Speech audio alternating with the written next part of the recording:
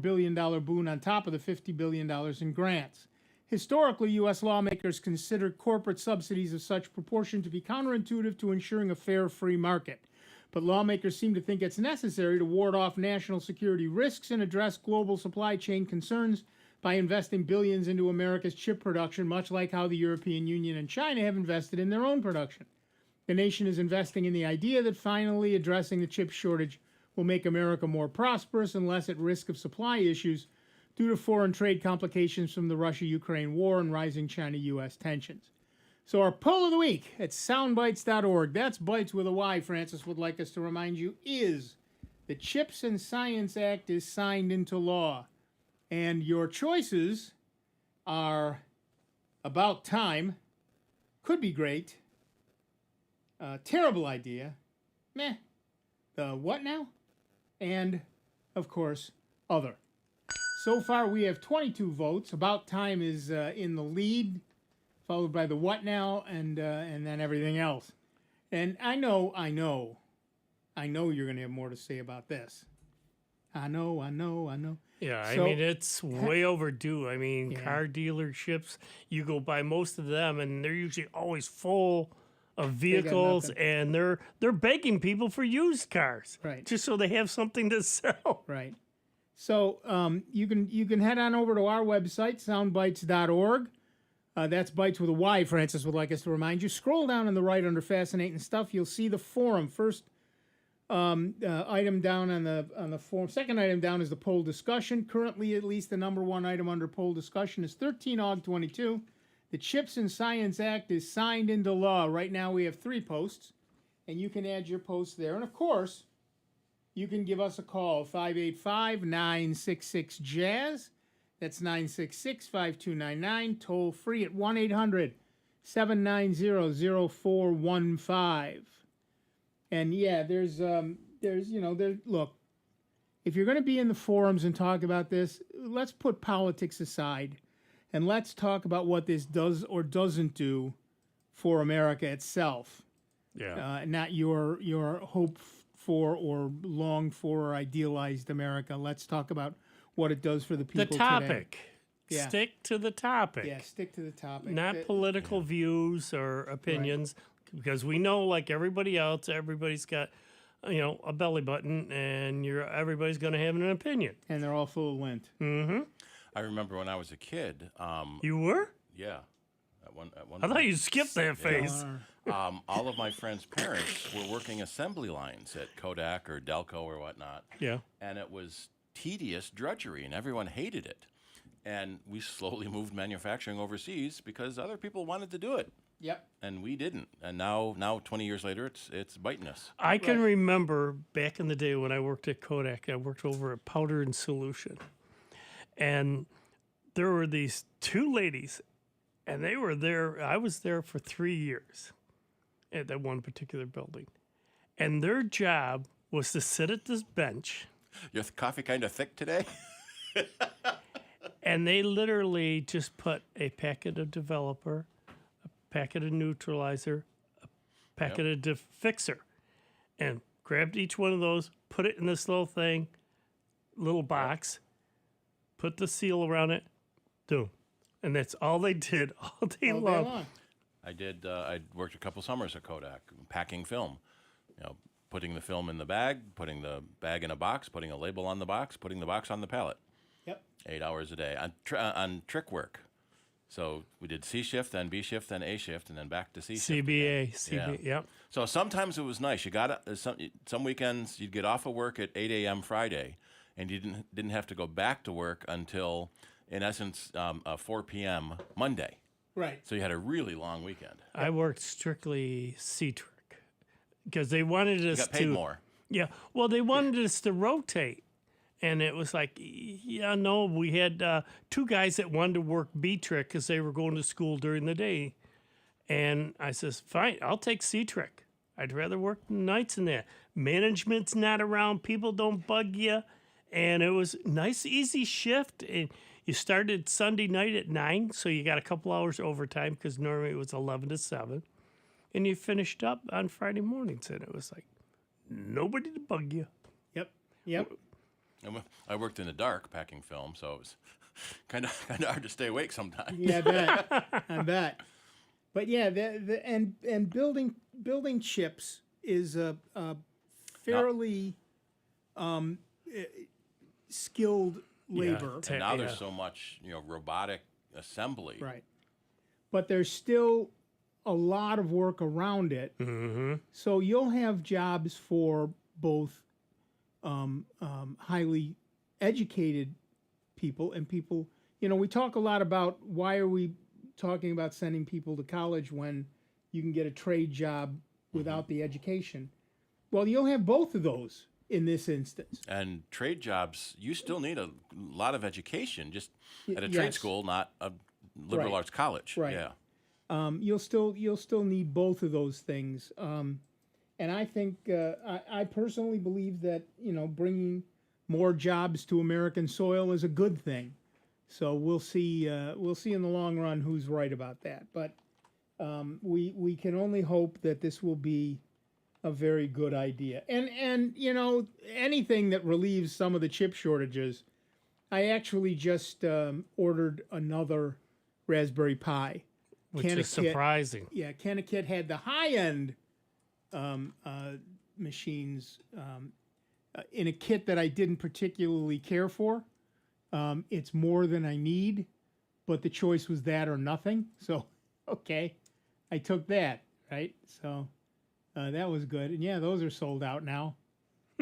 I got mine yesterday, and that's sold out now. Let's see what. Oh, the yeah. other Well, one's people have been starving for them for so long. No, that's out. Holy moly. The Extreme kits? Oh, yeah, you can still get the Extreme kit. Mm-hmm. Oh, that is the one I got. Yeah, that's the one I got. And it's gone? No, it's there. That one's still there. What's the projected date on that? October 31.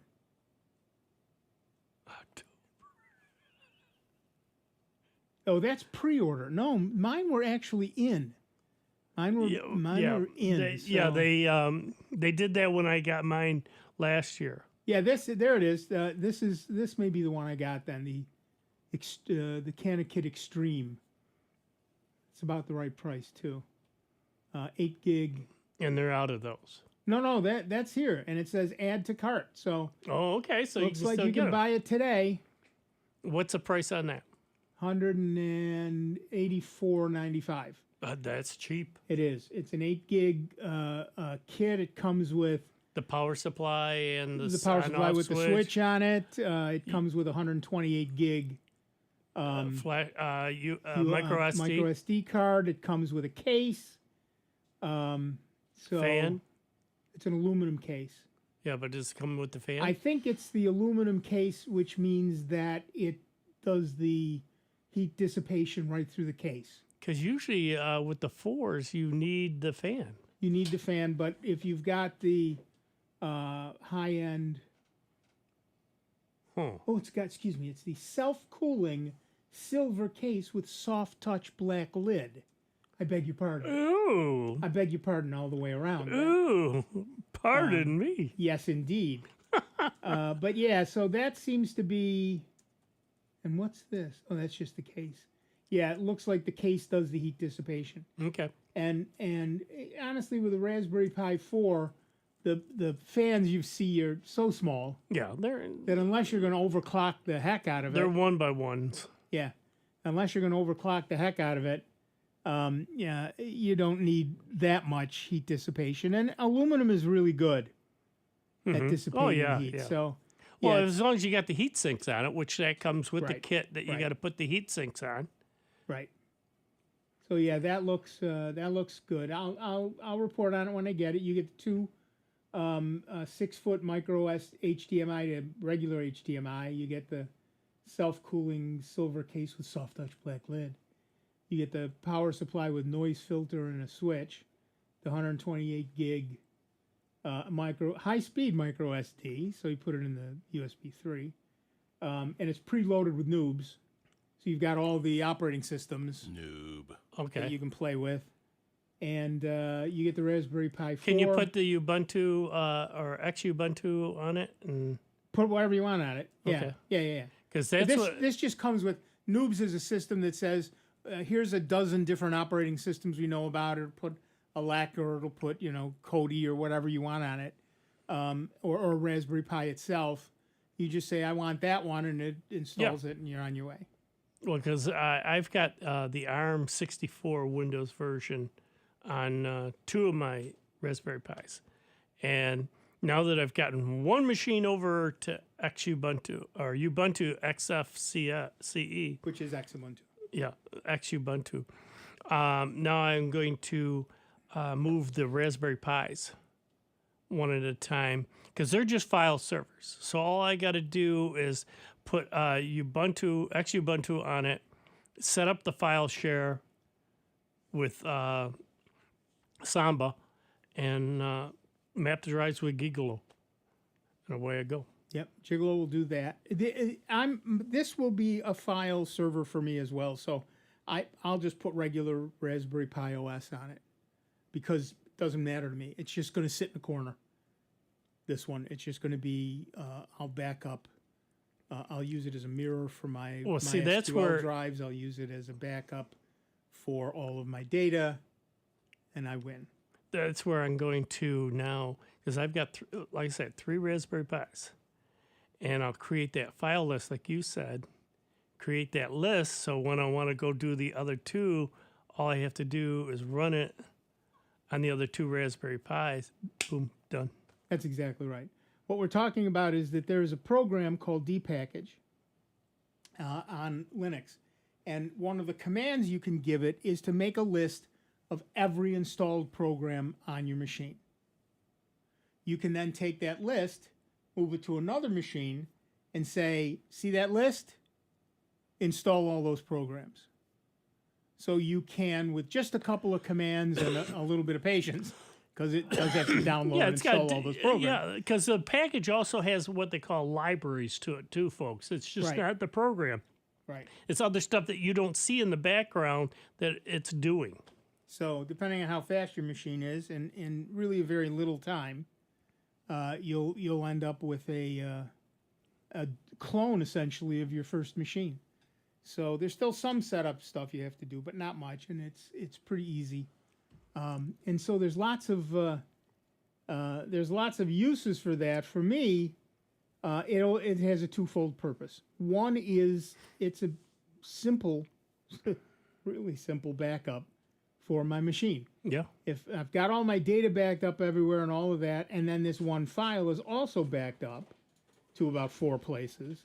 So if that machine ever dies, I can recreate that machine, or use a different machine, and then just bring that file in and say, yes, There you go. And suddenly your machine is back.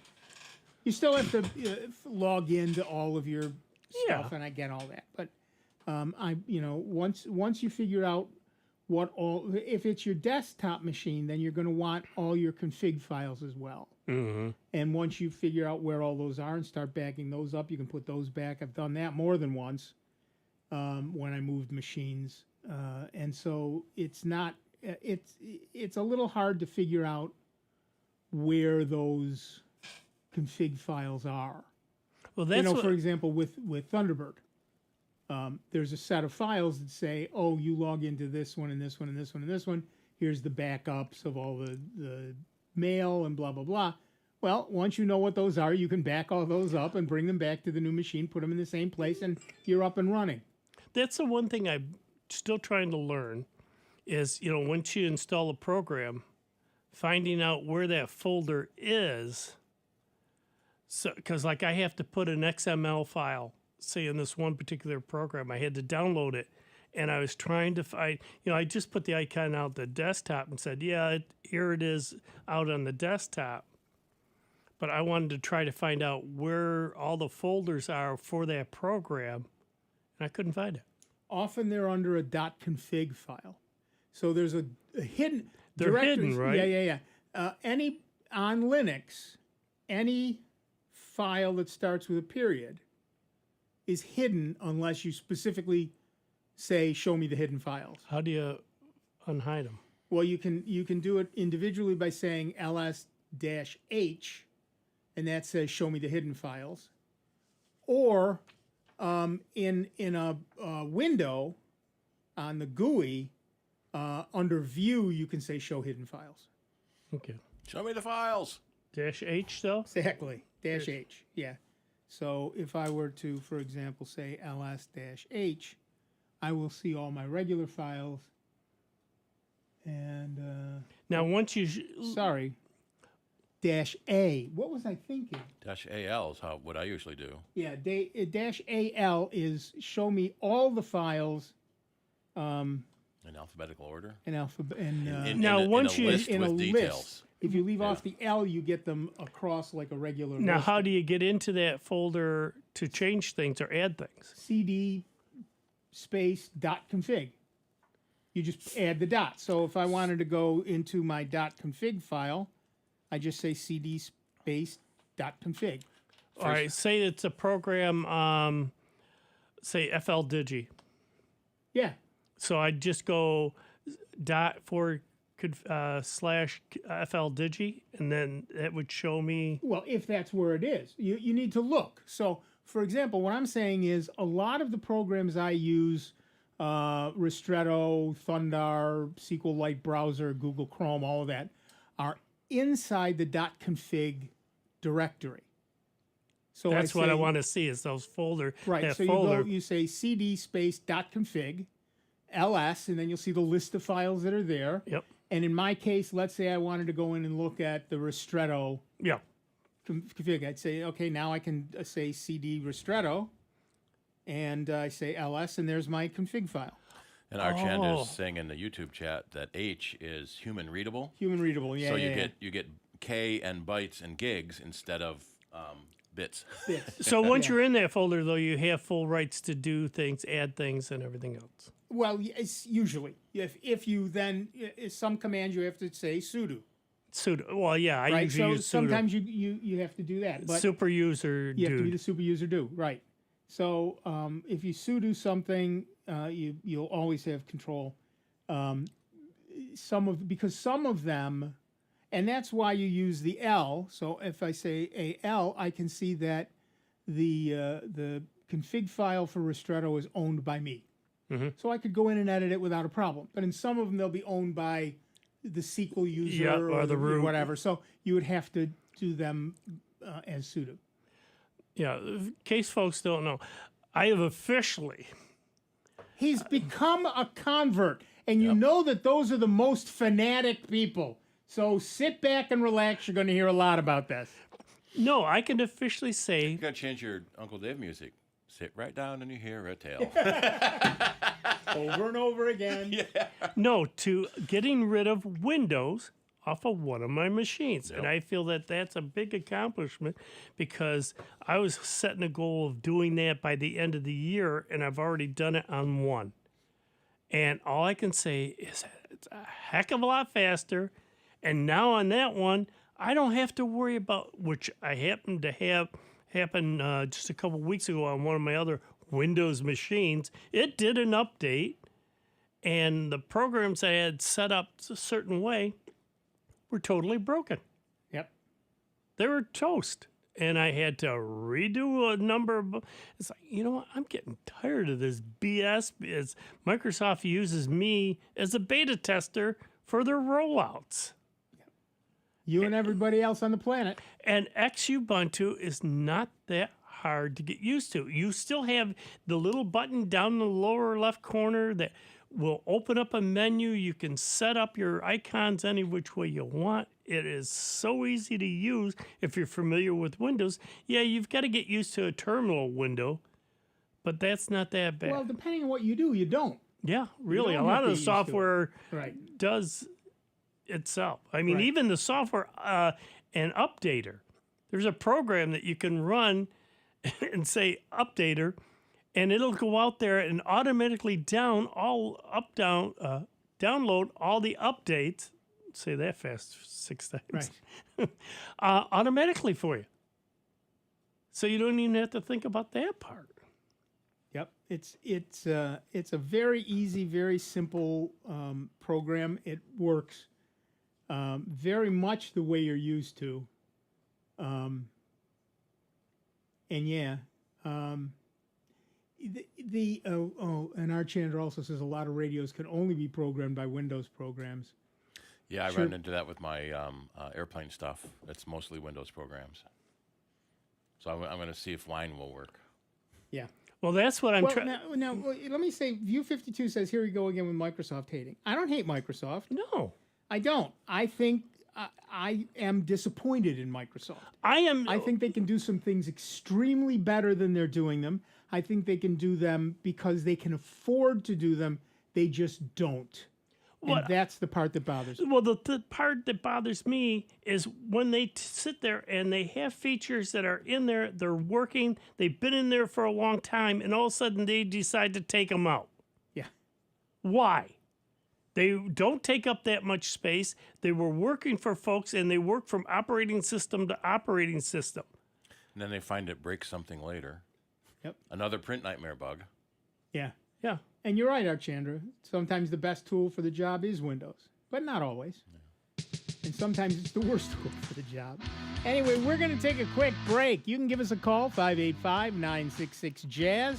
That's 966-5299, toll-free 1-800-790-0415. Back in just a couple of minutes with Dave Enright, Steve Ray, me, Nick, Francesco, and you. It's 29 minutes after the hour. You're listening to the longest-running computer show in the known universe, Sound Bytes, right here on the Truly Great and Truly Grateful to You, Jazz 90.1. See you on the other side. Computer talk you can understand. More Sound Bites is next on member-supported Jazz 90.1. NBC News Radio, I'm Julie Ryan. A recount is underway in Kansas for a failed constitutional amendment that would have banned the right to an abortion. Brad Siegel has more. Kansas voters decided this month to keep abortion rights in place. The recount will move forward after a private citizen posted the $220,000 bond required by the state. That citizen, Melissa Levitt, said there were irregularities on election night and has started an online fundraiser. The recount will have to be completed by August 17th. It was all declassified. That's what former President Trump said on Truth Social after it was reported many classified documents are now in the hands of the FBI after agents raided his home in South Florida this week. One person is dead and more than a dozen others were injured when a stage collapsed at a music festival in Spain on Saturday. Authorities say it happened when a strong gust of wind hit the Medusa Festival near Valencia on the country's eastern coast. Julie Ryan, NBC News Radio.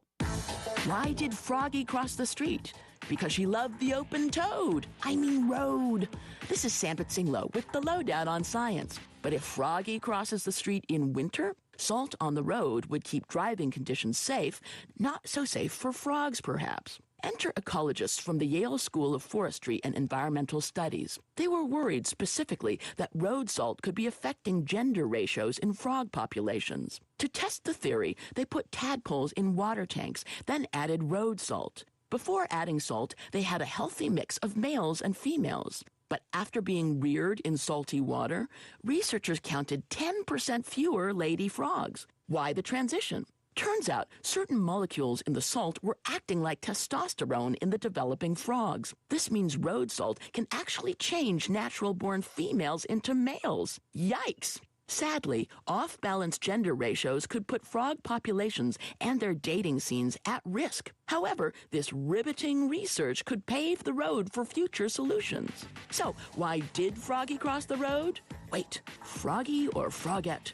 These days, it's also ambiguous.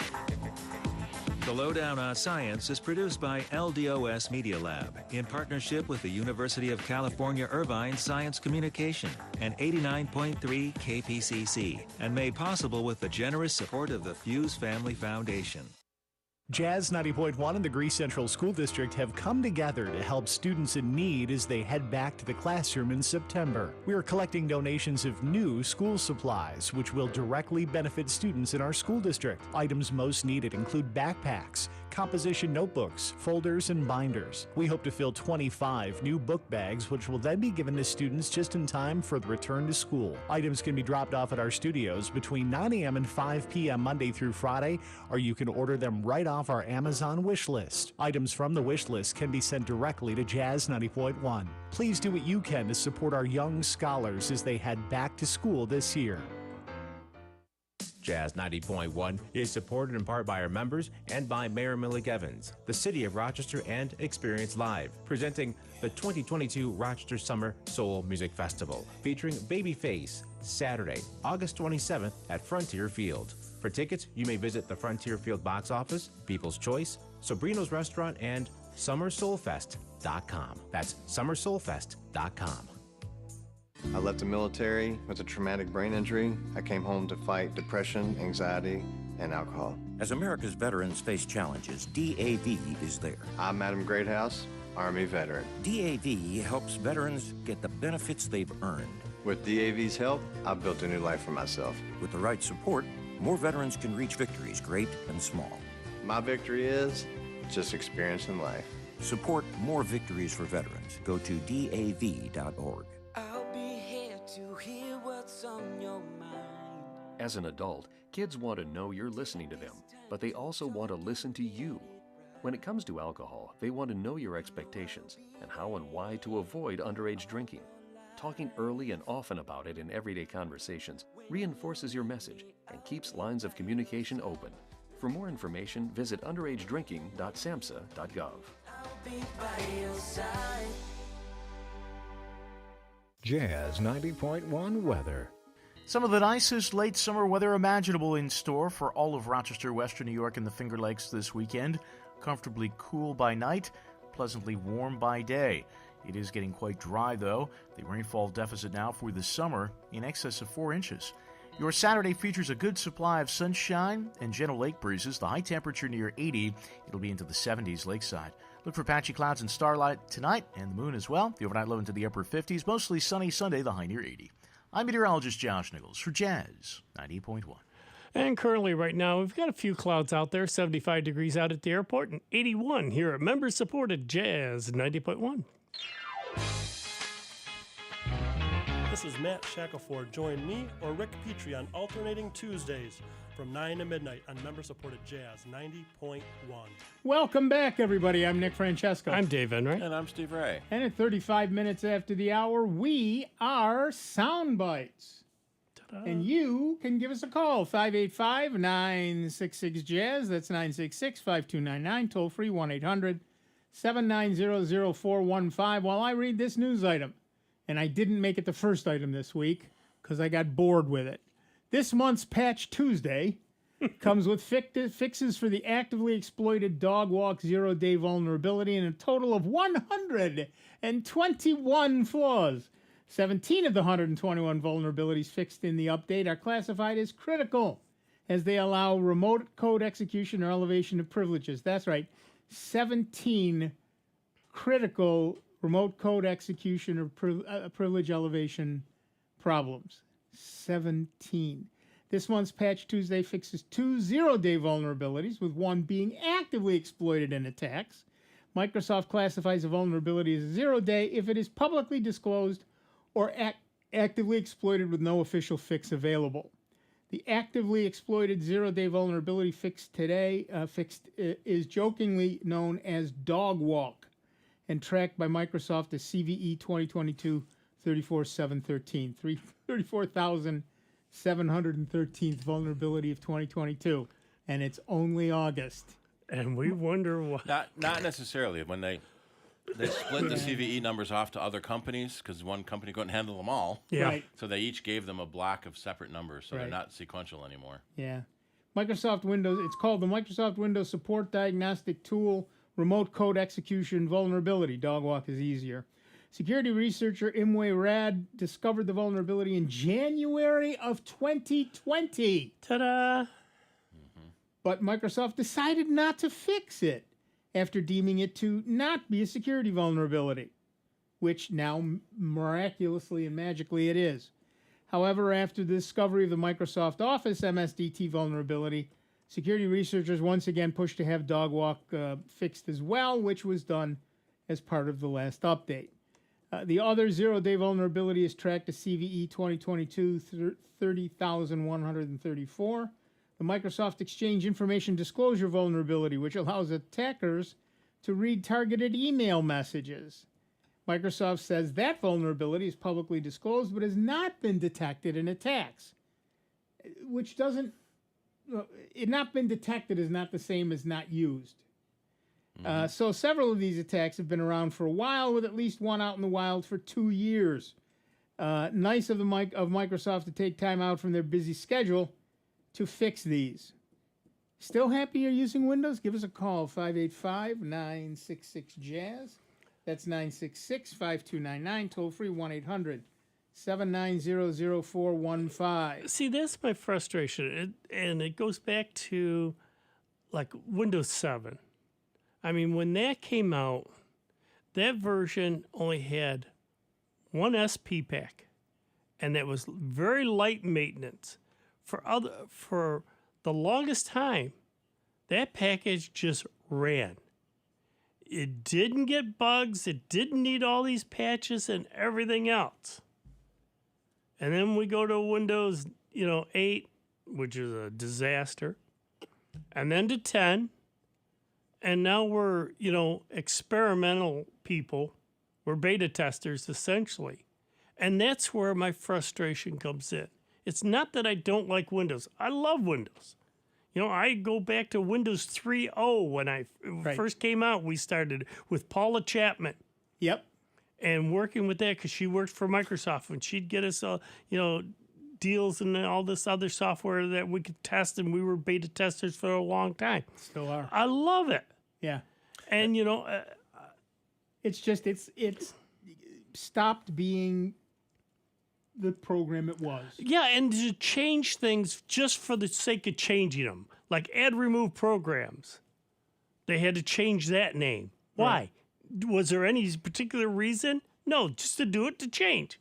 Yeah, Steve Gibson on Security Now has called it Microsoft's culpable negligence. Yes. And it feels like they've just given up. Yeah. They're not going to be able to make it secure. 128 patches this month, and this was a light month. There were only 85 patches. Right. And only 5 of them were 0-day remote code execution vulnerabilities. And that's one reason Microsoft has been trying so desperately to become an online operating system. Yeah. Where you're running a virtual version in the cloud. You're renting the software.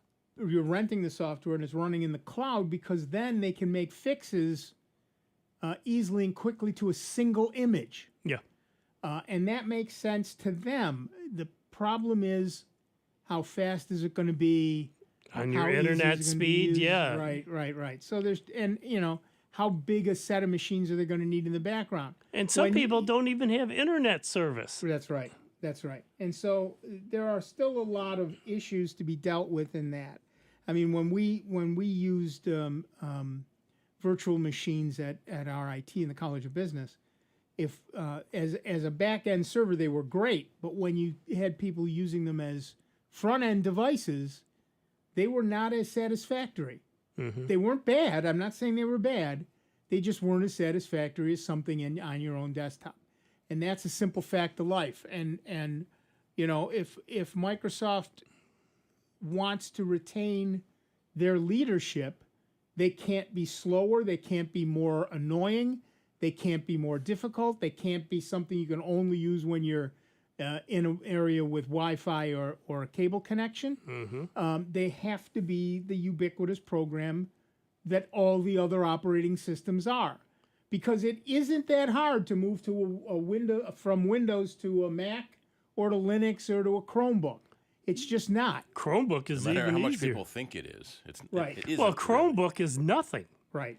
That is a no-brainer. Right. But so Microsoft has, much as they like to downplay the competition aspect, they play it up when the government says you're a monopoly, and then they play it down when they're talking to people. Yeah. But much as Microsoft likes to play it down, the fact is most people don't need Windows. Most people. Yeah. They can get along just fine with a Chromebook or a Mac. Yeah, or you need a web browser, and you need an email client, and you need a photo manager. All of which can be done on the web these days. Yeah. Well, any app that you have on your phone, you can run on a Chromebook. That's right. Mm-hmm. That's right. For the most part, they're all free. That's Whether right. it's even streaming service for your MP3 files or a radio station or anything else, it's all there. Yep. Yeah. It's very, very hard these days to find a program you can't run, an equivalent program you can't run on a non-Windows operating system, no matter which one you get. And because of that, you can replace your Windows machine. Microsoft knows this, and that worries them. Well, that's why, like we were talking before the show and that, where a lot of developers have to get their head out of the sand. Because if they're developing programs only for Windows, they're going to be left like Kodak in the dust. Because, film isn't the big thing anymore. It's making a comeback, though. Yeah. But the thing of it is, though, you've got to be able... Folks are going to tablets, Chromebooks, and laptops, and other operating systems like Android, Linux. That's the way it's going to go. And they're doing the gaming on the tablets. It's an Android tablet or the Mac systems. Windows is slowly dying.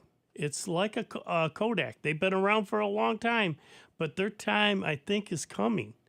They used to have 98% of the market. Yep. Then it was 92. Now they're in the 80s somewhere. Well, look at even school systems have moved away from Windows desktops to Chromebooks. Yep. They're durable. They don't get viruses. They don't get spyware, and they don't get malware. And if I want to reset them, I can do a group reconfigure for the kids that are coming in for the new school year. Wipe them out and restart them. And in terms of a second computer, a lot of people I know at the beginning of the summer asked me about Chromebooks because they want to go on vacation. Yeah. And they don't want to take their main machine. All they want to do is be able to catch up on Facebook and email and TikTok and all the yada yadas.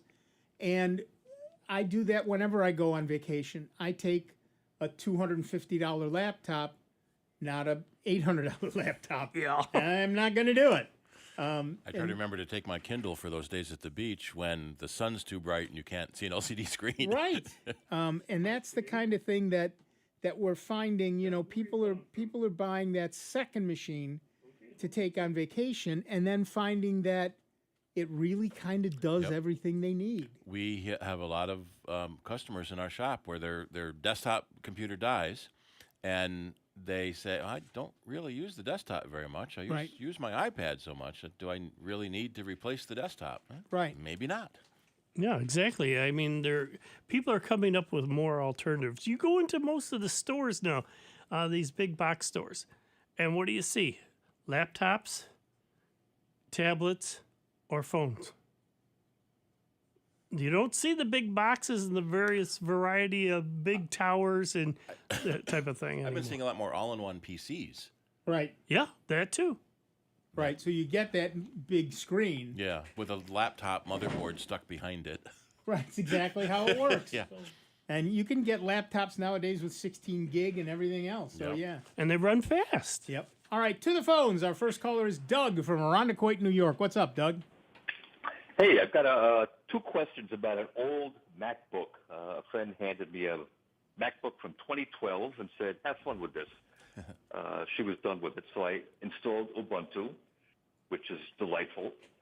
But my only problem with the machine is there a way to get it to recognize 5G Wi-Fi without throwing it in the garbage and starting with something else? Connect it to a 5G cellular phone. Well, wait a minute. 5G Wi-Fi or 5G cellular? Wi-Fi. That's 5 gigahertz. That's not 5G. And for that, you would look. You need a new Wi-Fi card. Right. The card that's in there won't do 5G. It simply won't. There was no 5G when that machine came out. Let me check the specs on it. But it's probably only 802.11. But you should be able to plug in a dongle. Yeah. Is it a MacBook Pro or MacBook Air? MacBook Pro. MacBook Pro 2012. Okay. Does it have a CD drive? Yes. So it's a early 15-inch 2012. Yeah. The late 2012s didn't.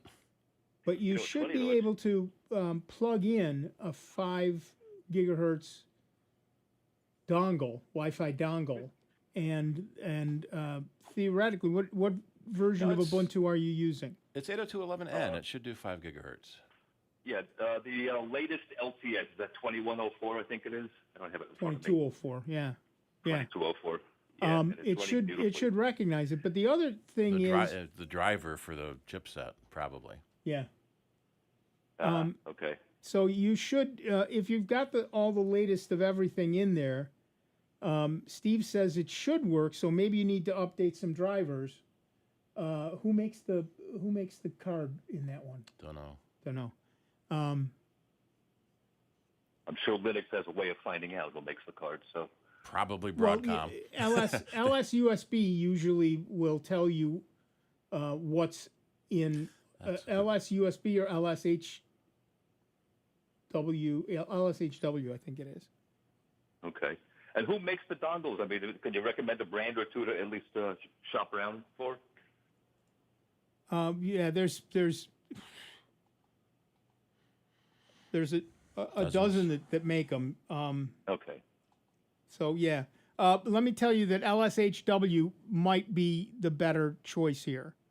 LSHW will list your hardware. It's a pretty long list, but you should be able to find in there, there's my DRAM controller, my audio controller, my thermal subsystem. So yeah, you would find your communication controller. There it is. Mine's an Intel 8 series HECI, blah, blah, blah. So yeah, you should be able to find all that in there without a problem. Okay. In terms of the dongle, there's a dozen companies that make them, but the names you already know, Netgear, things like that. Those are the Linksys. Those are the ones that D-Link. Those are the ones that you should probably look to. But I would. There should be a list on Ubuntu's website about known compatible. Yeah.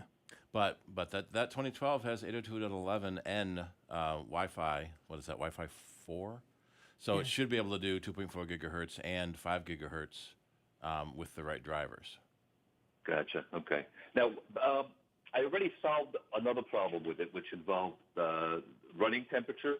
This thing was getting extremely hot up by the screen, and there's an Ubuntu app called Sensors, and another one I use to allow the fans to crank up when they need to. So that's solved. But did they always run that hot? What it probably is in a machine that old is the thermal paste drying out and not working well between the heatsink and the CPU. If you are comfortable inside the computer, you can remove the heatsink and reapply fresh thermal paste, and that can help. I already opened it up, and it was no dust. I don't know how that could be, but anyway. All righty. Well, I appreciate the tip about the dongle. That sends me on the right path. Yeah, you can TP-Link, Panda Wireless. I just typed into Google known compatible Wi-Fi dongles Ubuntu. Gotcha. Okay. Good. This will solve a problem. It, hooked up to the cable, it's fine. It's right. Getting everything Greenlight can offer me. But anyway. All righty. Thanks very much. Well, you're never going to get everything Greenlight will offer you anyway. Not off of Wi-Fi. The maximum is going to be 400 megabits. Right. No, I understand that. Yeah, okay. When it's hooked up to the cable, I'm pushing like 475 at this point, and that's which is fabulous. But anywhere else in the house, it's waiting for a small file to download. I can go make a cup of coffee. So yeah. Oh well. All righty.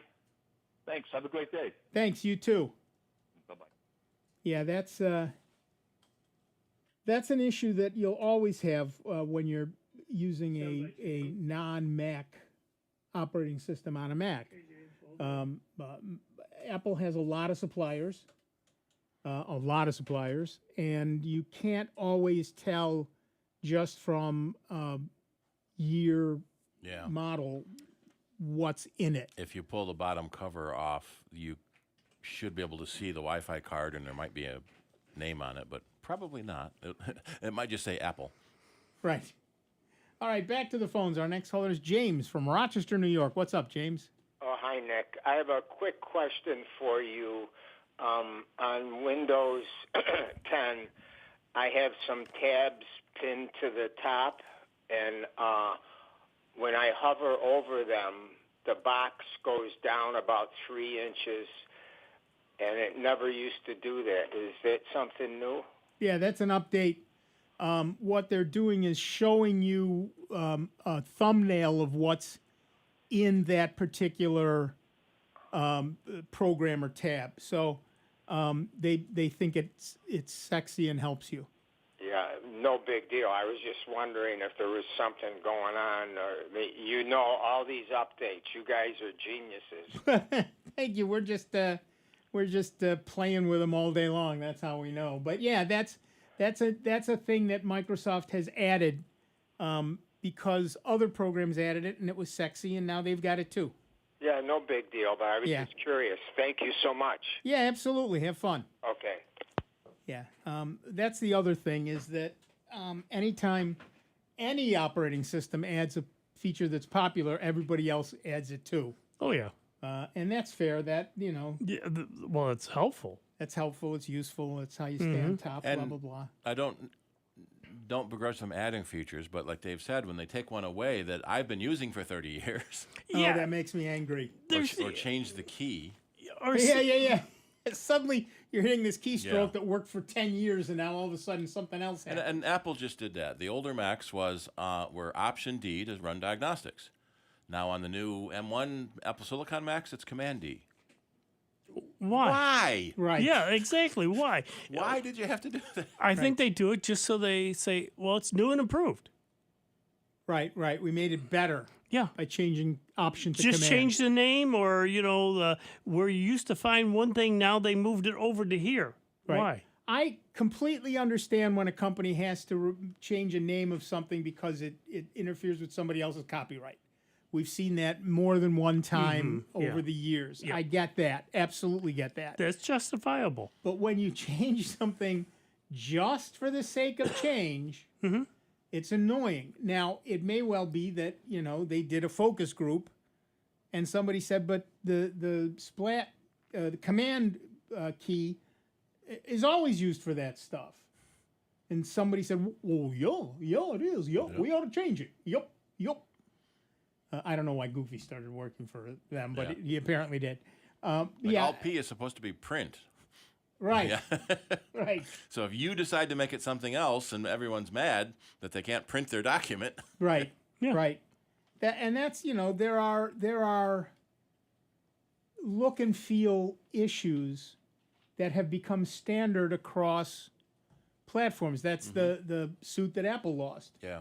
Microsoft successfully argued that it wasn't proprietary to Microsoft. It's just to Apple. It's just the way things are done. It was either covered by the agreement they had, right, and or wasn't copyrightable anyway. Right. There was an interesting episode on Top Gear about cars that you get into any car and the gas is on the right, brake is in the middle, and the clutch is on the left if there's a clutch. Right. It didn't used to be that way. That's right. 100 years ago, every car was different. Sometimes the accelerator was on a steering column, and sometimes the brake was on your left hand. And until that standardized, and it was mostly Henry Ford and the Model T. Yep. Until that standardized, you could get in a car and not know how to do anything with it. That's exactly. In fact, they did that once when they took a Model T on one of their road trips. They parked in front of a hotel for the night, handed the keys to the concierge, and the valet couldn't figure out how to start the car to go park it. So it waited right in front of the hotel for them all night long. Yep, there you go. that happens. I have my until I got married, I never owned an automatic transmission car. And people would say to me, "Oh, can I borrow your car?" Sure, absolutely. Here you go. Yeah. What happened? One guy said, "I know how to drive a stick. I just can't start it." Oh, on this one, you have to have the clutch in. Yep. It has to be in neutral. Yep. You have to have your foot on the brake. Then it will start. Well, okay. That's fine. That's what I took my driver's test on a 57 Ford, which had 3 on the tree. Oh, yeah. You tell that 3 on the tree. What's that mean? And they tell you to parallel park on a hill. Yeah. Yes. Well, they said My father did that. He took his driving test in a Model T Ford. Ooh. Not a new one. He wasn't that old quite. But he got in the car and it wouldn't start. He was on a hill, so he let out the clutch, went down, popped it into first gear. The guy's frantically writing. He said, "I thought I failed right there." It turns out The guy was just said, the rest of the test I didn't even care about. Yeah. You knew how to do that. You knew how to drive.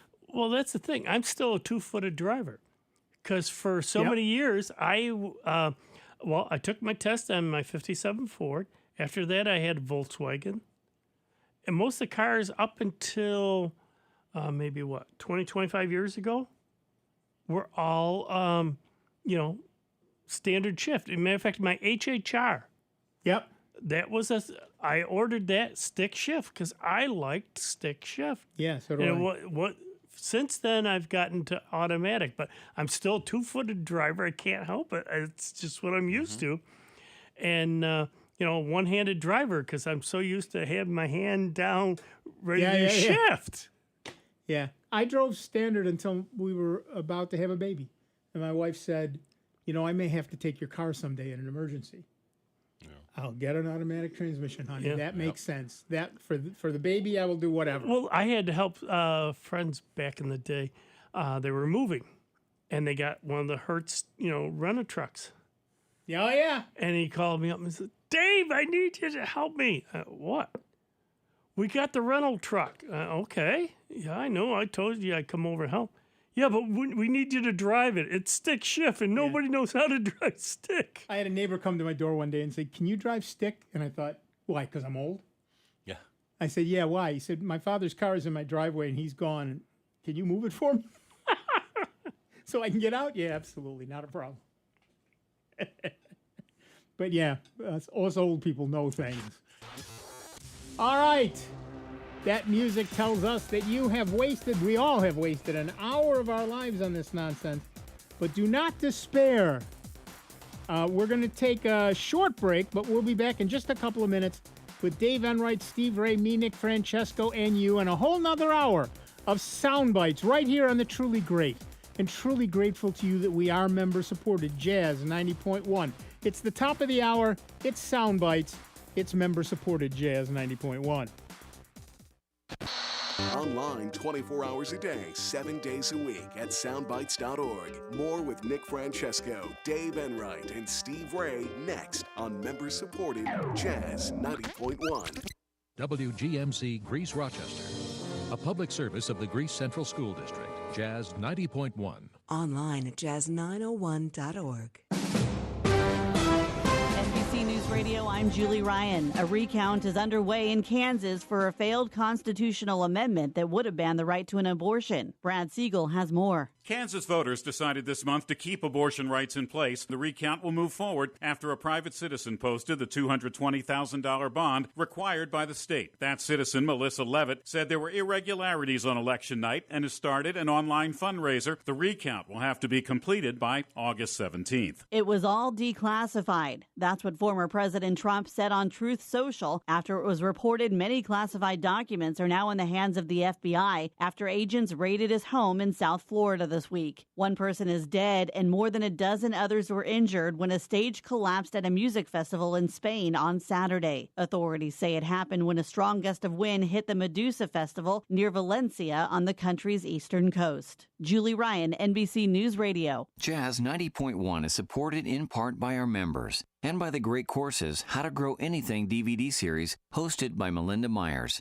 The Great Courses How to Grow Anything series consists of 4 DVD courses that provide gardening tips and information on food gardening, landscape design and care, container gardening, flower, tree, and shrub care, and more. More information is available at melindamyers.com. That's melindamyers.com. Jazz 90.1 is supported in part by our members and by animal repellent Plant Skid. It's organic and safe for use on fruits and vegetable gardens, as well as trees, shrubs, and flowers. Plant Skid uses odors associated with predators, encouraging animals like deer, rabbits, bulls, elk, moose, chipmunks, and squirrels to dine elsewhere. Information on how to protect plants from animal damage can be found at plantskydd.com. That's plantskid.com.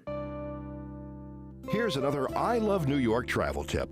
An affordable 13-day celebration of delicious food, eye-opening exhibits, captivating entertainment, and great fun is coming to Syracuse August 24th through September 5th at the Great New York State Fair. Founded in 1841, the fair boasts more than 375 acres of animals, exhibits, and displays, plus games of skill and midway rides. You'll enjoy performances from some of the biggest names in entertainment, including TLC, Tesla, Foreigner, Night Ranger, Gin Blossoms, and City Girls. As always, there will be lots of mouth-watering food. Be sure to stop by the Taste New York store and the Taste New York Market to sample and purchase the best of New York's culinary bounty.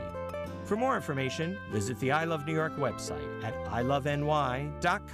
Download the I Love New York app or dial 1-800-CALL-NYS. New York State, come be a part of it. When times get dark, we can't see the help that's all around us. Maybe you're not sure how you'll make rent, or you lost your job.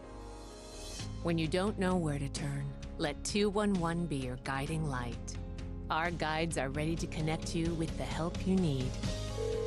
211, how can I help you? Call or visit 211.org. 211. Get connected. Get help. A message from United Way and the Ad Council. I left the military with a traumatic brain injury. I came home to fight depression, anxiety, and alcohol. As America's veterans face challenges, DAV is there. I'm Madam Greathouse, Army veteran. DAV helps veterans get the benefits they've earned. With DAV's help, I've built a new life for myself. With the right support, more veterans can reach victories, great and small. My victory is just experiencing life. Support more victories for veterans. Go to DAV.org. I'm Dr. Lee Beers with the American Academy of Pediatrics. As a mom, I know it's hard to parent during a pandemic. Kids are back in school, but you worry they'll be sent home because of a COVID exposure or just the sniffles.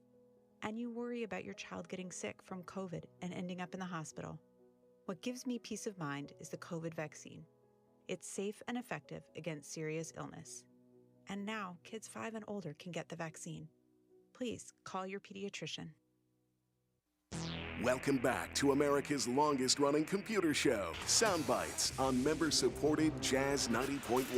Get online now. Call 966-JAZZ. That's 966-5299. Toll-free 800-790-0415. Or submit your question by email at soundbytes.org. Once again, here's Nick Francesco, Dave Enright, and Steve Ray on member-supported Jazz 90.1.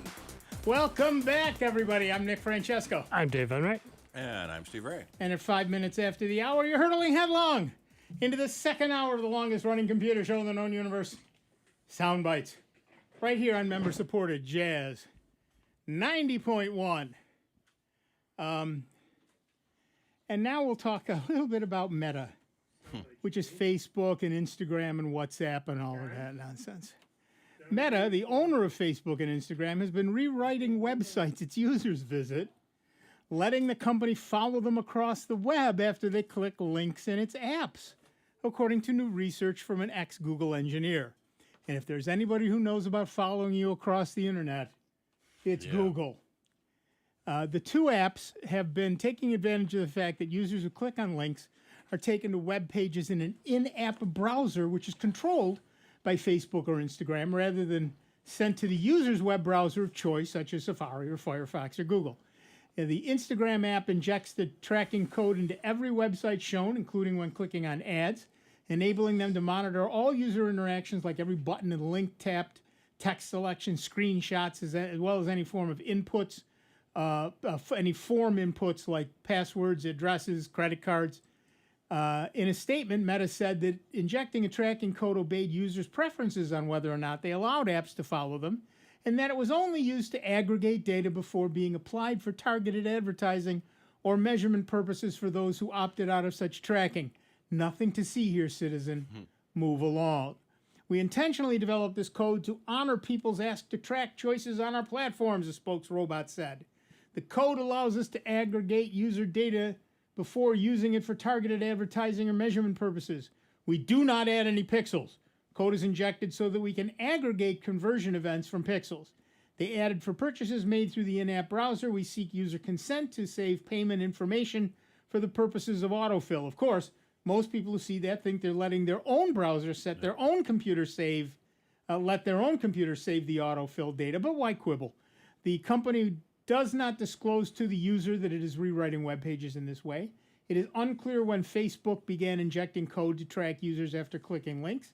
In recent years, the company has had a noisy public standoff with Apple after the latter introduced a requirement for app developers to ask permission to track users across apps.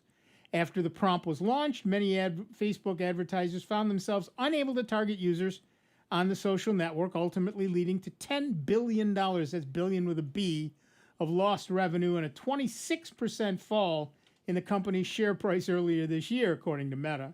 So are you still happy with Facebook and Instagram? Give us a call, 585-966-JAZZ. It's 966-5299. Toll free 1-800-790-0415. And there's a sneaky exploit where the autofill data, a lot of people browsers will allow you to put your credit card number into autofill so you don't have to go digging for your wallet. Well, a malicious website can have a form that says, first name, last name, and then 10 feet down the page it says credit card number. Yep. And your browser fills in the credit card number because it's on the form. It's on the form. Yep. You need to be much more careful than you currently are, quite frankly, when you're filling out any kind of form on any kind of website, even if you think it's not asking for your credit card information. Just the way it is these days, particularly if you use Facebook or you use Instagram or WhatsApp, particularly if you use the apps of those, you are more vulnerable than you think. So be more careful. All right, back to the phones. Our next caller is Don from Pittsford, New York. What's up, Don? Hello. I know you've talked about this on previous shows, but I didn't write it down. What's your favorite password saver for Windows? And I know you hate Windows. No, I don't hate Windows. No, we Everybody don't. thinks that. I do not hate Windows. I am disappointed in Windows. Yeah. I think they can do better, and they never do. Yeah, you're absolutely right. Going to Windows 10 was not as pleasant as operating on 7. That's exactly right. That's what I stated earlier, the first hour. The password manager I like is called NPass, ENPASS. Is that one word? Yes. ENPASS. Yeah. It's great. Okay. There are others that are also very good. LastPass, OnePass are also good. Every browser has one built in. But one of the things that I like about NPass, and a lot of the others do it too, is it encrypts the data on your machine. It also lets you save that encrypted file out on the web somewhere, which is the part I like, because now I have one database that my laptop, my desktop, my phone, my tablet, my watch, all can everything's tied to it. And the same set of files. So if I update on one device, it's updated on all the devices. There's a if you search on our website, searching posts for password manager, you'll see different articles that we have talked about with password managers. Oh, good. And tell me again the complete name of your website. Soundbytes.org, and that's bytes with a Y. Phone Bytes. Soundbytes. Oh, sound. Okay, sorry, Soundbytes. Okay. Okay. Second question. And I believe you also talked about this before, but I'm more vague on it. Your favorite uninstall program for Windows? Revo Uninstaller. And it's REVO Uninstaller. And I go for the Pro version. It's like $30 for a 2-year subscription. And what that does is with Revo Pro, one, you get a lot of, the updates to the program, because you can still get it for free. There is a free version, and it works great. The reason I like going to the Pro version is you go in there, and if you got a bunch of different programs you want to get rid of, you can put a check mark in the various programs. So like Windows 10 installs a lot of games and other stuff and that you don't need and don't want, instead of having to go through the uninstall of each one, you just click all of them say uninstall, it'll go through and uninstall all the ones that you don't want. And it removes them both from the registry and from the program manager. Okay, it sounds like in that case, Revo Uninstaller is superior to the uninstall program that comes with Windows. Absolutely. Windows Uninstaller, all that does is turn off one bit that says, yeah, this program's not here anymore. Meanwhile, your registry just grew because Revo Uninstaller also goes into the registry and removes all the stuff there also, keeping your registry smaller, which means it runs more efficiently. Absolutely. We've seen registries that were 2 gigabytes in size. And can you imagine? No wonder Windows loads slowly. It's got to load a 2 gig file, and then it's got to parse that 2 gig file. How about programs like CCleaner that allow you to go into the registry and remove keys? Are those fairly safe? And I wouldn't recommend it. Yeah. Really? It's tough. You have to hope they know what they're doing. Yeah. And they're going to pick out a register key. You're going to have to know if it's safe to delete or not. Yeah, you've got to have full knowledge of that. Unless you're a programmer, I'd say stay away from that. Revo Uninstaller, like I said, gets rid of the file manager, and it cleans out the registry, keeps the machine running nice and safe. I'm just thinking about those added registry keys that have taken place prior to my using Revo. Well, that's a Revo Uninstaller will also look for unnecessary stuff or no longer needed stuff. Oh, will the free version do that as well? Take a look at it. Look it over. And It doesn't do everything, no. Right. But look at it, what it can do. It will tell you. All right. And you know what that versus the Pro can do. And it'll offer you a course like anything else. Something free versus something you pay $30 for 2 years is going to have more features. Absolutely. Okay. Thank you very much, gentlemen. Once again, your information is valuable and well delivered. Appreciate it. Thank you, Don. Thank you. Bye. Bye-bye. Yeah, Revo Uninstaller is a great program. It is a Windows-based program. Macs don't need it. Linux doesn't need it. Nothing else needs it. But Windows lives and dies by its registry. One single file that every programmer writes to. That's a little dangerous. Some app programs will leave like preference files behind when you delete the program. That's a couple of K. Right. That's nowadays with the sizes of hard drives, that's not a big deal. That's one thing. If you installed and deleted 1,000 programs, that might be a problem. Right. That's one thing, though, on this program we have not done, nor will we ever do, is tell somebody how to go into the registry and delete stuff. Right. Because it is so dangerous that unless you know what you're really doing and have experience in knowing what you're doing, stay out of the registry. Yeah, I have. Don't even go there. I know people. My friend Dave Ballard, puts on his leather pilot's helmet and his goggles and dives into the registry on a regular basis. Yep. And God bless him, but not everybody does that, and not everybody knows what they're doing in there and shouldn't be in there. It's the same. It's absolutely identical to people who say, "Oh, what is this file? I don't know it. I'll delete it." Yep. System.dat. System.dat. I don't need that. What is it? It's a huge file. I don't need it on my machine. Yeah. Now it's your taking machine up won't so boot. much space. Right. So if you don't know what you're looking at, take your hands off And it. a lot of those cleaning programs will do that. They'll find large files, and then you decide if you want to delete them or not.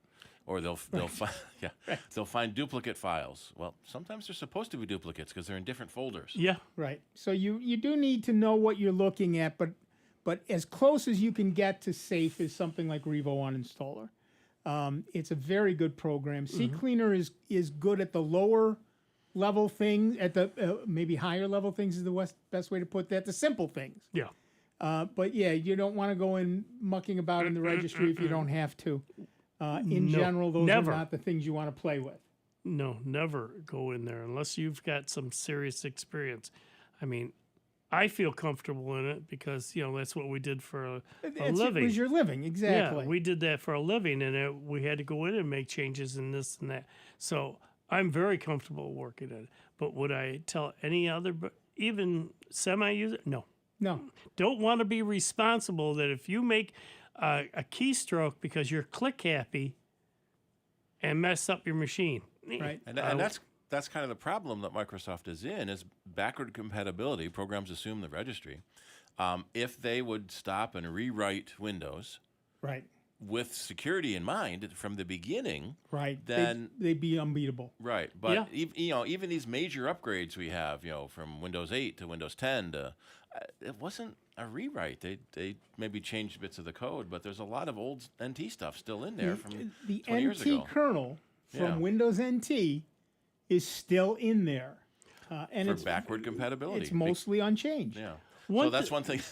Apple is a little more aggressive about saying this OS will not run your old software. Get over it. A little more aggressive. They get 6 or 7 years. Yeah. Every few years, they're just like, everything you know is wrong. Yep. Forget it. One thing, though, I want to make clear from that previous caller, and I think you stand in the same way. I do not hate Windows. I love Windows. Like I said in the beginning of the top of the last hour, I've used Windows since Windows 3.0. I love it.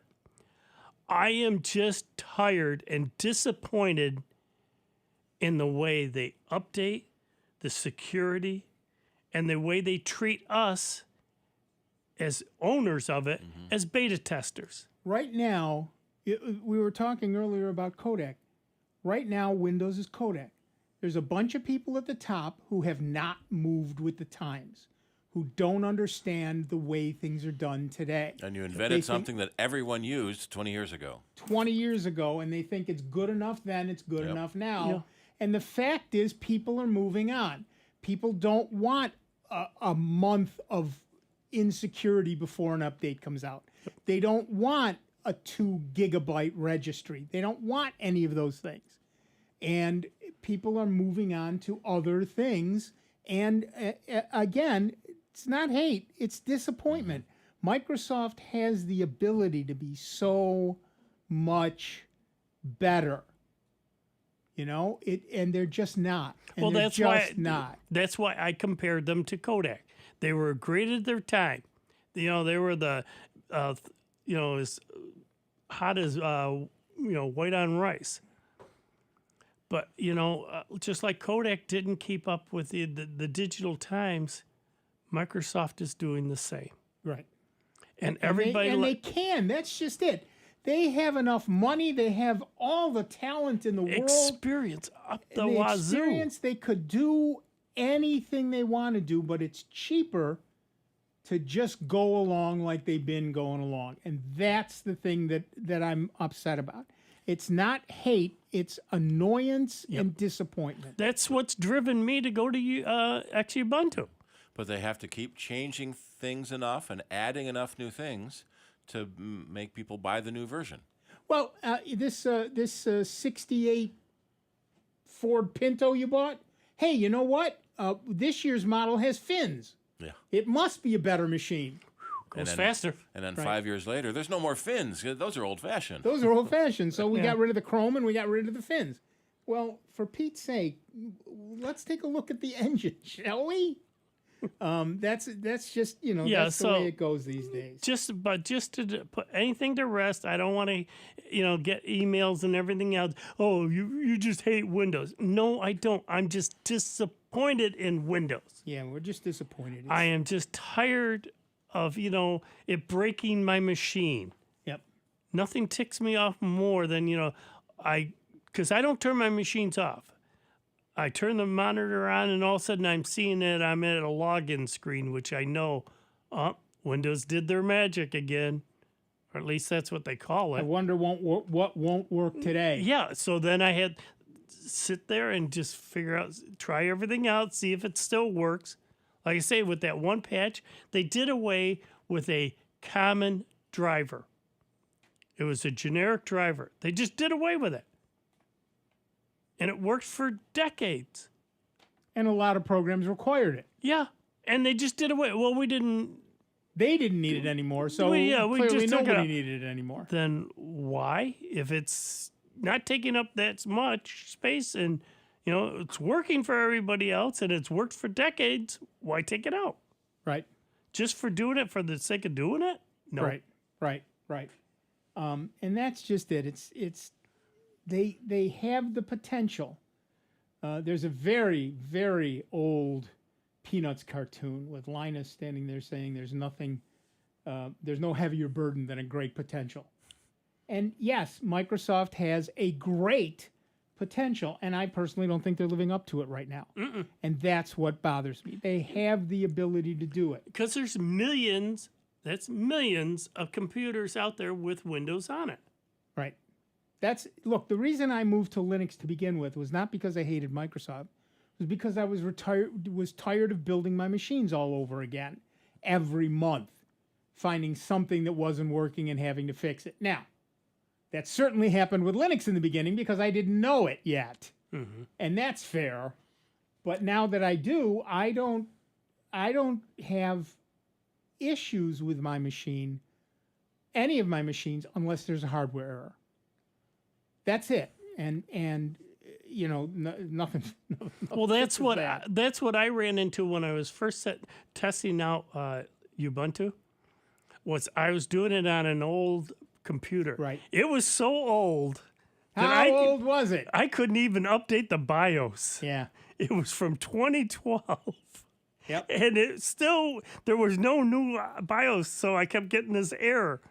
So, heck with this, if I want to learn right. So I got another Woot computer. Oh, great stuff. $300 computer Yep. that had 16 gig of memory, 512 gig SSD hard drive. And, that's the other thing. The other machine didn't boot off a USB, so I had to burn CDs for all the different flavors of Linux that I was trying out. And talk about loading slow. And that's what makes people scared of loading any Windows updates. So they don't, and now you're vulnerable to the latest ransomware and the latest 0 days. And right. Or you wake up one morning and malware. suddenly it did install Windows 11 without your knowledge. Right. And I know a lot of people, I still personally say yay or nay to any update on my Windows machine. So just about every day I get a little thing that says, you want to update this? And I take a look at it and I'll say yes. But you can automate that now. And I know for a fact that anything that has gotten to me through the update has been vetted by a lot of people before it ever got to me. And I just don't have that confidence in Microsoft anymore. Nope. That's where I'm at. I just like I say, I just got tired. And this has just been the past, year that, I'm just getting tired of everything changing and breaking. And when Microsoft decided to get rid of their entire QA department, I knew that was things were just going to go downhill. And I get it.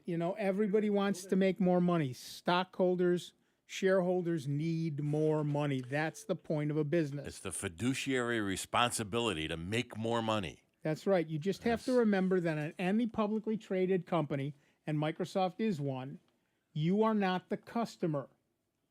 The shareholder is the customer. You are the product. And nobody cares about the product. Yeah, they're not supposed to make you happy. They're supposed to make their shareholders money, which That's is exactly right. May not be the right target of a business these days. Right. All right. We got about 2 minutes before the break. We can at least get the question of Rich from Arundecoit. What's up, Rich? Hi, guys. I have a brand new HP laptop that has Microsoft Edge in it, and I don't like it. Can I remove that and put Google and Chrome back in it? You can put Chrome in it, but you cannot remove Edge. Yeah, I wouldn't remove Edge. Just take it off. First, go to Edge, download and install Chrome, and then just delete the icon for Edge off your desktop. There are ways to disable Edge so that it doesn't launch itself. Yeah. Because a lot of times you try to click on Windows Update, it'll open Edge. and it probably should, because Microsoft's update works best with Microsoft's browser. Right. But the nice thing about Edge these days is it's based on Chromium, so it is almost Chrome. Yeah. It's hard for me to navigate and learn it and get around it, you can install multiple browsers on your machine and even use them at the same time. So it's perfectly acceptable to download, install Chrome, and use that instead of Edge. Especially if you use Google Gmail. Yeah, the first time you launch Chrome, it's going to say, do you want to make me the default browser? And you can say yes. So I would just type Google Chrome in the browser and go from there. Yep, download it, install it, and then it'll ask you, do you want me to make your default? Say yes, and then you can log into your Google account, and bam, you're all set to go. Very good. Okay, now take your break. Thanks a lot. Thanks. You just go to google.com and you can download Chrome. Chrome.google.com takes you straight there. Chrome.google.com is better. Yeah. Thank you. Bye-bye. Yep. Bye-bye. Yeah, they do say that the number one use of Edge is to download Chrome. So that's kind of nice to know. Microsoft has a tech note. Why can't I uninstall Microsoft Edge? Because it's the browser recommended by Microsoft. That's right. And the heck with you. Yeah. You're not a shareholder. You don't get a say. Yeah. That's how that works. We all know that. So, again, that just brings us right around. Why is that not opening? Okay, anyway, we're going to take a quick break. With your fists. We'll be back in just a couple of minutes with Dave Enright, Steve Ray, me, Nick Francesco, and you. It's 29 minutes after the hour. You're listening to the longest running computer show in the known universe. That's right. That's right. It's Sound Bytes.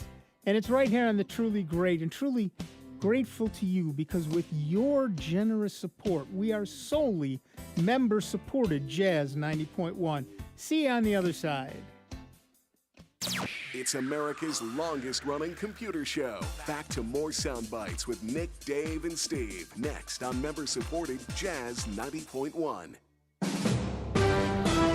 NBC News Radio, I'm Julie Ryan. A recount is underway in Kansas for a failed constitutional amendment that would have banned the right to an abortion. Brad Siegel has more. Kansas voters decided this month to keep abortion rights in place. The recount will move forward after a private citizen posted the $220,000 bond required by the state. That citizen, Melissa Levitt, said there were irregularities on election night and has started an online fundraiser. The recount will have to be completed by August 17th. It was all declassified. That's what former President Trump said on Truth Social after it was reported many classified documents are now in the hands of the FBI after agents raided his home in South Florida this week. One person is dead and more than a dozen others were injured when a stage collapsed at a music festival in Spain on Saturday. Authorities say it happened when a strong gust of wind hit the Medusa Festival near Valencia on the country's eastern coast. Julie Ryan, NBC News Radio.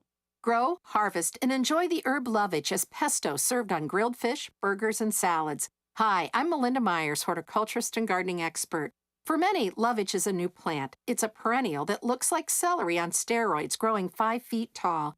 The stems and leaves are edible and taste like celery with a hint of parsley, and are used for flavoring soups and stews. I've always used the hollow stems for sipping tomato juice or Bloody Marys. Recently, some friends introduced me to a new use for this herb, pesto. Even if you're not a fan of pesto, give this a try on grilled fish, burgers, and more. Check the internet for recipes. I enjoyed a variation of Ken Cole's recipe posted on the Milwaukee Journal Sentinel website, jsonline.com. Mix several cups of lovage leaves with Parmesan cheese, minced garlic, lemon juice, and salt. Mince in a food processor, then simply add olive oil. Check out our website for this and other gardening tips. Jazz 90.1 and the Greece Central School District have come together to help students in need as they head back to the classroom in September. We are collecting donations of new school supplies, which will directly benefit students in our school district. Items most needed include backpacks, composition notebooks, folders, and binders. We hope to fill 25 new book bags, which will then be given to students just in time for the return to school. Items can be dropped off at our studios between 9 a.m. and 5 p.m. Monday through Friday, or you can order them right off our Amazon wish list. Items from the wish list can be sent directly to Jazz 90.1. Please do what you can to support our young scholars as they head back to school this year. The newly renovated Jazz 90.1 gift shop is open with new and familiar items for you to enjoy and to show for your favorite community jazz station. The shop is easy to find and easy to use. You can purchase Jazz 90.1 baseball caps, coffee mugs, shopping bags, t-shirts, and more. Browse the new Jazz 90.1 gift shop at jazz901.org and click on Support Jazz 90.1. At Shriners Hospitals for Children, there are a million reasons to share love. My buddy Caleb is one of them. This is his story. Hi, I'm Caleb. I was born with brittle bone disease. I have broken my bones almost 200 times, and I have had 11 surgeries. But I didn't let that stop me. There are a million reasons to share love, but you only need one. To learn how you can share love, visit loveshriners.org. And now, your Jazz 90.1 weather. Some of the nicest late summer weather imaginable in store for all of Rochester, Western New York, and the Finger Lakes this weekend. Comfortably cool by night, pleasantly warm by day. It is getting quite dry, though. The rainfall deficit now for the summer in excess of 4 inches. Your Saturday features a good supply of sunshine and gentle lake breezes. The high temperature near 80. It'll be into the 70s lakeside. Look for patchy clouds and starlight tonight, and the moon as well. The overnight low into the upper 50s. Mostly sunny Sunday, the high near 80. I'm meteorologist Josh Nichols for Jazz 90.1. And currently right now, we've got a few clouds out there. It's still holding 75 out at the airport and 80 degrees here at member-supported Jazz 90.1. Howdy, folks. This is Dan Gross. You can listen to me Mondays, 6 to 8 p.m. here on member-supported Jazz 90.1. Welcome back, everybody. I'm Nick Francesco. I'm Dave Enright. And I'm Steve Ray. And at 34 minutes after the hour, we are Sound Bytes. And View 52, you're right. Remove the headphone jack to sell dongles. Yeah. Courage. What? Courage. Courage. Huh? Phil. There's a Phil Schiller quote, and he's been laughed at ever since. Yeah. They had the courage. They had the courage to remove the headphone jack. Yeah. On Monday, and you wonder, I don't hate Microsoft. I'm disappointed. On Monday, Microsoft warned that Windows devices with the newest supported processors are susceptible to data damage on Windows 11 and Windows Server 2022. Windows devices that support the new Vector Advanced Encryption Standard instruction set might be susceptible to data damage, they said, but they did not elaborate on what customers should expect if they're hit with this issue. Microsoft said the issue was addressed to prevent further data damage in preview and security releases issued on May 24th and June 14th, respectively. However, these Windows updates also come with a performance hit, since AES-based operations might be 2 times slower after installing them on infected systems. Scenarios impacted by the performance hit might include BitLocker, transport layer security, TLS, used on dang near every website on the planet, specifically the load balancers, and disk throughput, especially for enterprise customers. So just the way you encrypt and decrypt your encrypted hard drive, how you talk to everybody on the web, and how fast your disk works. Other than that, it won't have any effect at all. We added new code paths to the Windows 11 original release and Windows Server 2022 versions of SymCrypt to take advantage of VAES, vectorized AES instructions, Microsoft said when describing the cause of the issue. Customers experienced performing degradation are advised to install the June 23rd preview update. That's right, you want to install the beta code of the beta code you're already running. Or the July 12th security update for their OS version as a workaround. Microsoft said these Windows updates will restore initial performance metrics. Might not be the best time to buy a new computer since this only happens on the newest processors. So give us a call, 585-966-JAZZ. That's 966-5299. Toll free 1-800-790-0415. One of the guys in our office likes to run the public betas of the iPhone software, and he's always coming in and telling me about this new feature, and then the next day, well, this stopped working. I lost all my messages, and this stopped working. Yeah. Well, you know what? You can be a beta tester. Yep. And if good you know for you're going to do it, Yep. that's okay. Good for you, but the reality is that if you're not interested in machines that die regularly, lose data all the time, and don't work like you expected to them, don't be a beta tester. Or don't run Windows, I guess is how that is. But you know, they could be so much better, so much better. And they just don't care. They aren't. It's that easy. All right. Enough of that nonsense. Let's head back to the phones. Our next caller is Jim from Brighton, New York. Hi, Jim. What's up? Hi. We've been talking a lot about the Chromebooks, and I'm wondering if you guys could put together something for us that would make it easier for us that are less able to give us, for instance, a link so we could make a USB installer for Chromebook. In other words, on any machine, you just insert an 8 gigabyte or larger USB stick and download the installer. Then you can take it to any old machine, stick it in, and get the thing loaded. Boy, do I have good news for you. Yep, that's how it's designed to work. Yeah, there's a product called Chrome OS Flex. And it is specifically designed to do exactly what you're asking for right here. And so if you were to download Chrome OS Flex, you put it on a thumb drive, you stick it in any machine with 4 gig and 32 gig of hard drive space, or more, obviously, and you boot that machine from that thumb drive, and you can install Chrome OS Flex on that machine. Okay. Well, that sounds excellent. Second question. I know that you've talked about a list of machines that would accept Chromebook. They've been approved for use. Yeah. And is that available somewhere also? Yes, that's on the web, and I think we have a link somewhere on our website. Steve is looking that up, but there is a, where is it? There is it's called the Certified Models List for Chrome OS, and there's a link on our website, Steve's. Yep. From last week. From last week. So if you scroll down, you might have to go to page 2, but it's there, and there's hundreds of models on that list. And I will say, of all the machines I put Chrome OS Flex on, none of them are on that list, but all of them work. Yep. They all have a quirk or two, but they all work. Excellent.